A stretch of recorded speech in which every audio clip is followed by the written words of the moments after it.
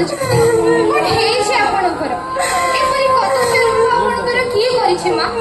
କୁହନ୍ତୁ ମା, କୁହନ୍ତୁ। ଚିହ୍ନି ପାରୁନୁ ମତେ, ସତରେ ଚିହ୍ନି ପାରୁନୁ?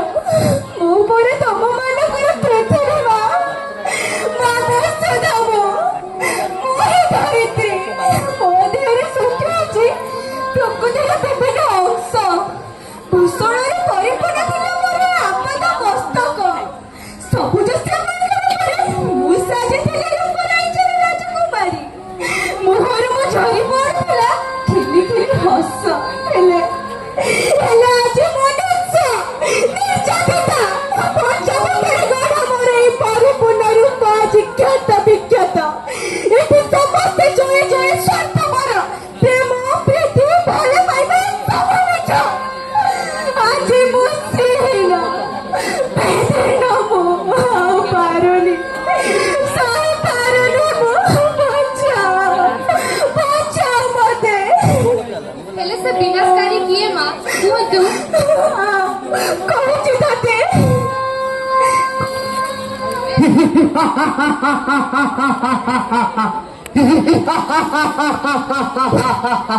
ମୁଁ ଏ ପୃଥିବୀର ଶ୍ରେଷ୍ଠ ଜୀବ ମଣିଷ। ମୁଁ ଏ ପୃଥିବୀର ଅଧୀଶ୍ୱର, এই ବିଶାଳ ସାମ୍ରାଜ୍ୟର ଅଧିପତି। ମୋ ହାତ ମୁଠାରେ ପ୍ରକୃତି। ପ୍ରକୃତି ସହିତ ଖେଳିବା ମୋ ନୀତିଦିନିଆ କଥା। ମୁଁ ଯାହା ଭାବିବି ତାହା କରିବି। ଖଣି ଖାଦାନରେ ପରିପୂର୍ଣ୍ଣ ହେବ ଏ ସମଗ୍ର ପୃଥିବୀ। ପୃଥିବୀ ବକ୍ଷରୁ ହୀରା ନୀଳା କାଢି ମୁଁ ବ୍ୟବସାୟ କରିବି। ଶକ୍ତିକୁ ମହାଶକ୍ତିରେ ପରିଣତ କରିବି।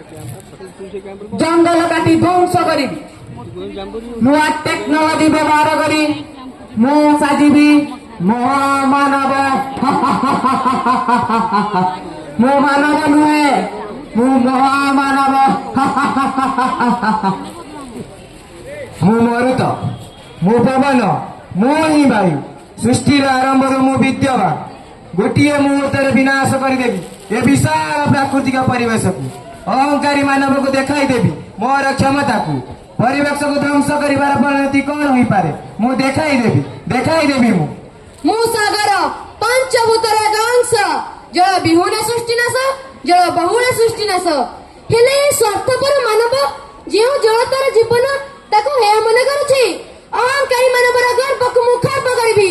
ଜଳମଗ୍ନ କରିଦେବି ଏ ସମଗ୍ର ସ୍ଥଳଭାଗକୁ। ଏହି ମୁହୂର୍ତ୍ତରେ ଲୀନ କରିଦେବି ପୃଥିବୀର ସକଳ ଜୀବ ଜଗତକୁ। ମୁଁ କ୍ଷିତି, ମୁଁ ହିଁ ମାଟି। ପଞ୍ଚଭୂତର ମୁଁ ବି ଗୋଟିଏ ଅଂଶ, ଜୀବ ଜଗତର ମା।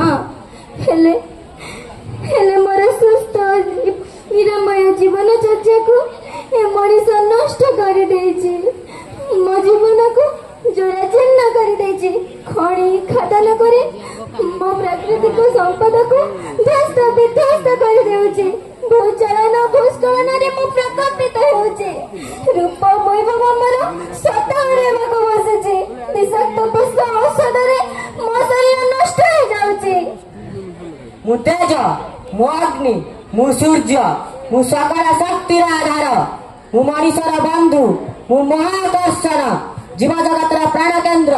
ମଣିଷ ନିଜର ସୁଖ ସ୍ୱାଚ୍ଛନ୍ଦ୍ୟ ପାଇଁ ବିଭିନ୍ନ ପ୍ରକାର ମାରାତ୍ମକ ଗ୍ୟାସ ବ୍ୟବହାର କରୁଛି। ବାୟୁମଣ୍ଡଳ ଓ ପରିଭାଗ ଉଦ୍ଦିନରେ ଛିଦ୍ର ହେବାରେ ଲାଗିଛି। ଆଉ ଏ ମାନବ ସମାଜକୁ ଲୁଡା ନେଇ ସଚେତନ। ଲୁଡା କେବଳ ଦଣ୍ଡ ବିଧାନ। ତେବେ ଯାଇ ମାନବ ବୁଝିବ ପ୍ରକୃତି ଉତ୍କ୍ଷିପ୍ତ ହେଲେ କଣ ହୋଇପାରେ, କେମିତି ଧ୍ୱଂସର ତାଣ୍ଡ ଭଳିଆ ଘଟିପାରେ। ମୁଁ ବ୍ୟୁମ, ମୁଁ ଆକାଶ, ମୁଁ ହିଁ ଶୂନ୍ୟ। ଏ ଧରାଧାମର ସକଳ ବ୍ୟବହାର କରିସାରିଲା ପରେ ବି ଏ ମାନବର ମନ ମାନେ ନାହିଁ ଯେ ସେ ମୋ ଉପରେ ଉଜାଡ଼ି ଦେଉଛି କୁଡ଼ କୁଡ଼ ଆବର୍ଜନା। ବିଭିନ୍ନ ପ୍ରକାର କୃତ୍ରିମ ଉପଗ୍ରହ ଦ୍ୱାରା ମୁଁ ଆଜି ତରଙ୍ଗାୟିତ। ମୁଁ ବ୍ୟତିବ୍ରସ୍ତ ହୋଇପଡ଼ିଛି। ଏ ଛାର ମଣିଷର ଅଭୂମିକାକୁ ମୁଁ ଆଉ ବରଦାସ୍ତ କରିପାରୁନି। ଚାଲ ସମସ୍ତେ ଏକାଠି ହେବା, ମିଶି ଧ୍ୱଂସର ତାଣ୍ଡବ ଆସିବା, ଏ ମାନବ ସମାଜକୁ ଧ୍ୱଂସ କରିଦେବା। ଚାଲ ସମସ୍ତେ ଏକାଠି ହେବା, ଧ୍ୱଂସର ତାଣ୍ଡବ ଆସିବା।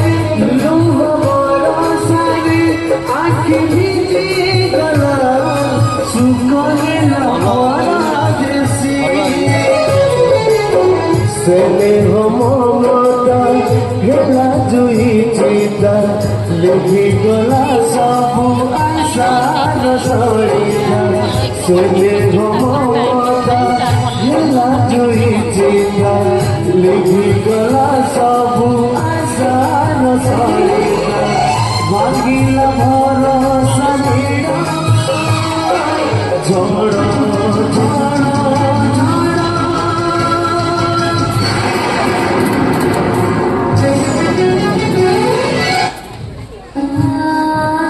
ମୋ ଆଖି ଆଗରେ କଣ ହେଇଗଲା ଏସବୁ କେବଳ ମୋରି ଭୁଲ ଅହଙ୍କାର ପାଇଁ ଆଜି ଏ ମାନବ ସମାଜ ଧ୍ୱଂସ ହେବାକୁ ବସିଛି।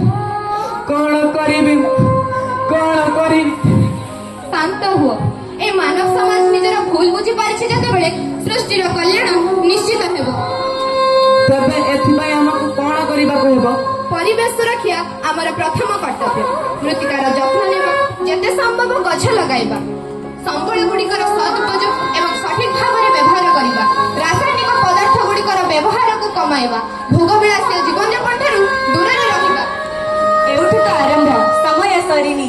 ନୂଆ ଉଦ୍ଭିଦ ପ୍ରାଣୀରେ ପଲ୍ଲବିତ ହେବ ଆମ ଧରଣୀ, ସତ୍ୟ ଶ୍ୟାମଳ ହେବ ପ୍ରକୃତି ରାଣୀ। ନୂଆ ଉଦ୍ଭାବନା, ନୂଆ ଚିନ୍ତା, ନୂଆ ଉତ୍ସାହରେ ହସି ଉଠିବ ଆମ ପୃଥିବୀ। ନୂଆ ଉତ୍ସାହରେ ହସି ଉଠିବ ଆମର ଏହି ପୃଥିବୀ ମା।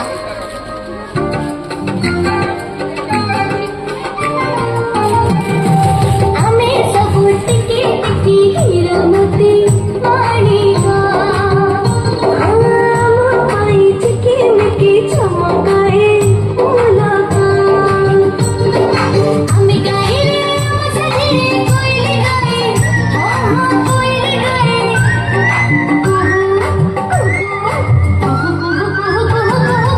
ଆମ ପାଦରେ କାଟା ଫୁଟିଲେ ମାଟି ବି କହେ, ମାଟି ବି କହେ।